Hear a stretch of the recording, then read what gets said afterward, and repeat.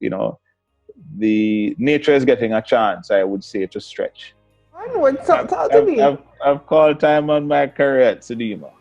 Really? I think the biggest lesson coming out of the COVID experience, which transcends all hazards, is the importance of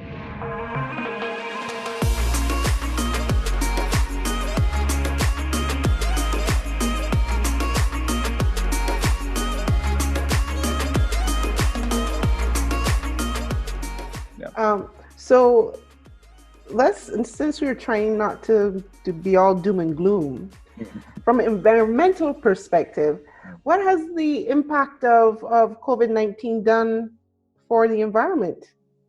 Well, I'm glad you asked me that question. For the last 2 weeks, I've tried my best to stay at home, and I feel like I'm living Groundhog Day. But what I do is I go out on the porch and I have a cup of coffee, and you observe nature.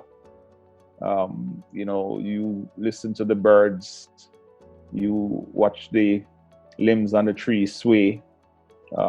Even the lizards are coming a little bit close to you. They're running across my porch. And I thought to myself, I looked up in the sky and I didn't see a plane.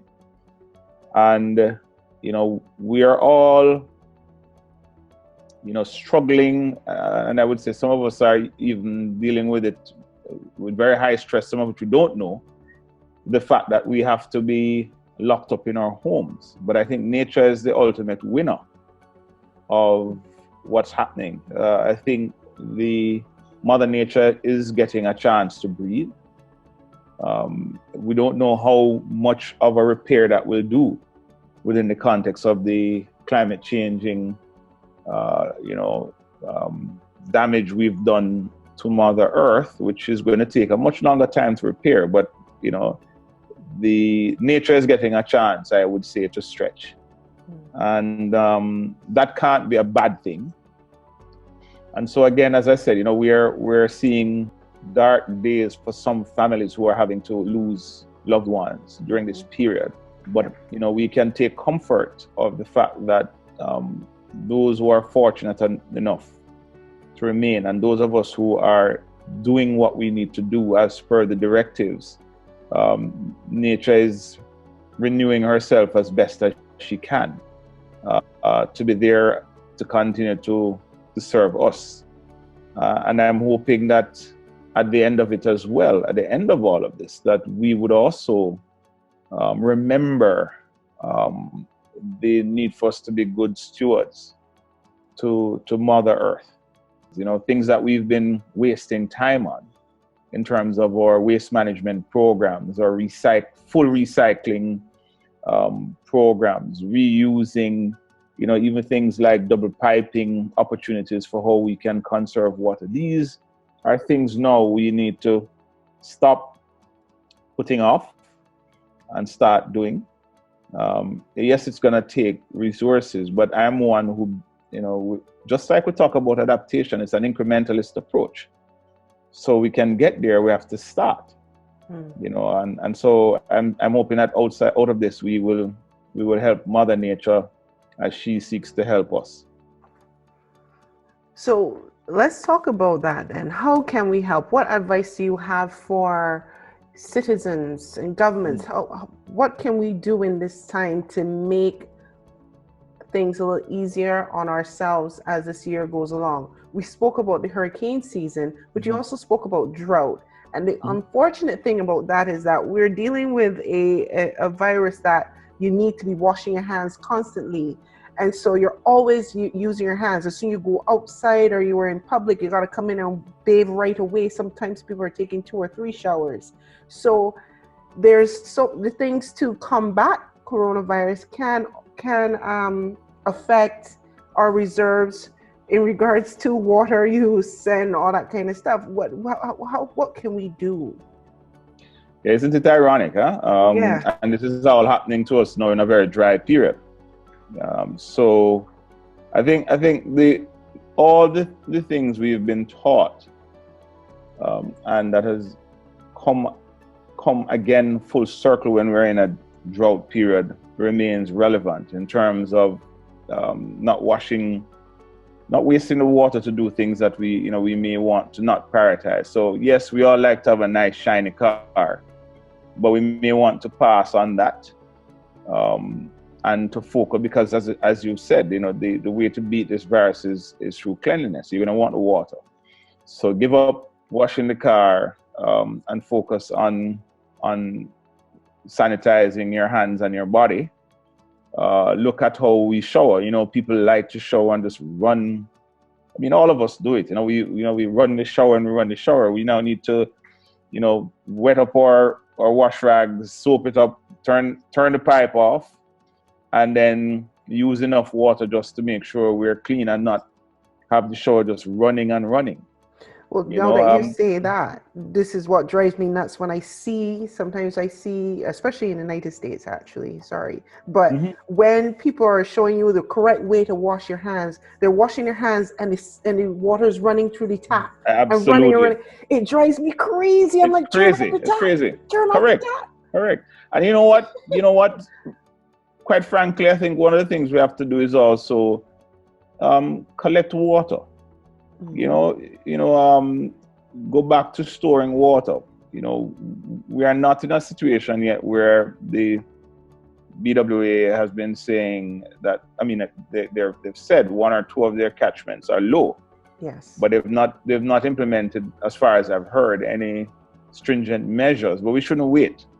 I think we need to store some water. We need to, as I said, reduce unnecessary use of water.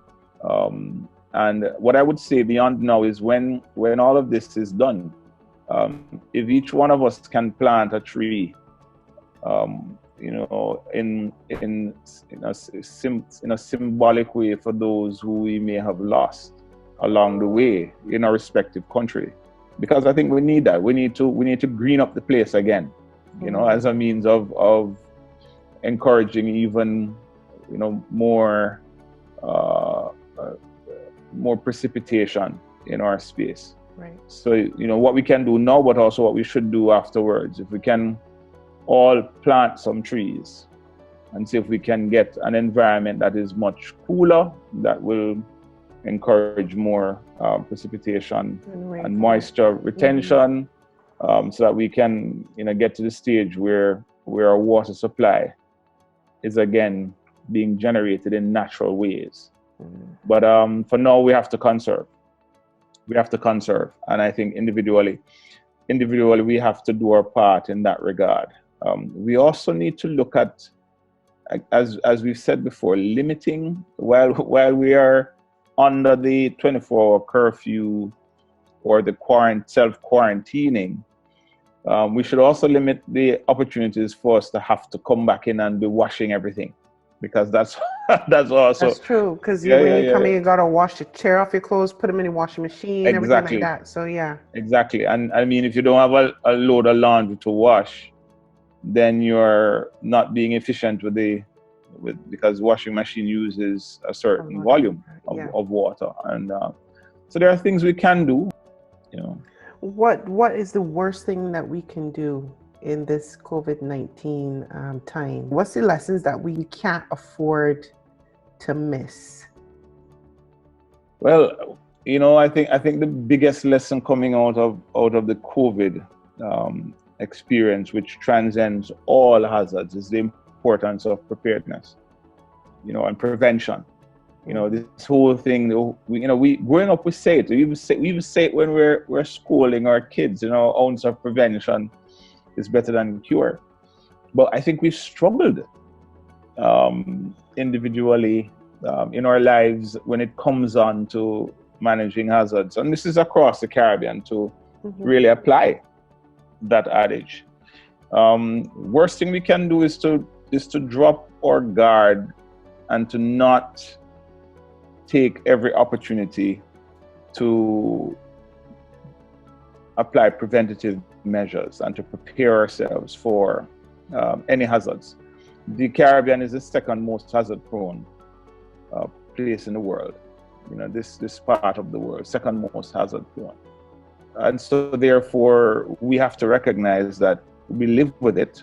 If it's not a hurricane, it's going to be a tropical storm, it's going to be a long, dry conditions, occasioning droughts. It's going to be an extreme rainfall event. It's going to be an earthquake. It's going to be a volcano. It's going to be an environmental health issue, an epidemic, a pandemic. It will come because, we live in that context. So I think the worst we could do is in eroding the gains is to go back to a state where we feel as though a state of complacency, where things don't happen for a while and we feel it won't happen. It will, and we've seen that it will. So the point I'm making is that we should not erase the gains in terms of the lessons we've had to learn over the last decade based on having been impacted or watched other countries being impacted and seen our brothers and sisters across the region grapple with the challenging environment that is created by these impacts. We can't drop our guard. We have to keep sailing ahead with these practices, keep on transforming, keep on recognizing that this is what we live with, and so we must learn to put in the sort of measures that allow us to coexist with an environment that's been part of us forever. Yeah. So that's what I would have to offer. So I mean, is there anything else? Well, you answered all my questions. I could. Yeah. Is there anything that you want to get out? Is there anything that you want people to know? Well, what do I want? I think I've said it, but really and truly, I think we have to see. One of my pet peeves is that I'm concerned that as a Caribbean community, we spend too much time tackling the challenges we are facing in silos. We spend too much time packaging things up under a particular banner and less time focusing on what are the core issues that we need to really grab hold of and which will make us truly resilient, truly successful in dealing with these things. And so for me, it's not about talking about climate change or talking about disaster risk, or it's about what are the underlying drivers that have led us to be in the situation we are in. And if we don't tackle those, we can talk about climate change until the cows come home. We won't move further. So it's about how do we begin to address the context of our society that themselves are the worst affected by these events. And we've seen it in floods, in Chick-V, in environmental health issues, in earthquakes, in COVID-19. It is the individuals that live with the issues associated with being poor and marginal.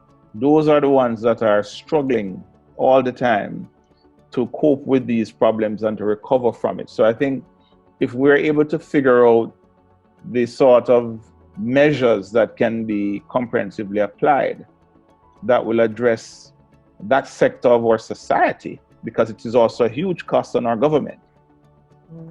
So we have to look at what systems, what are the shock responsive systems that can, help governments and the people through those challenging times.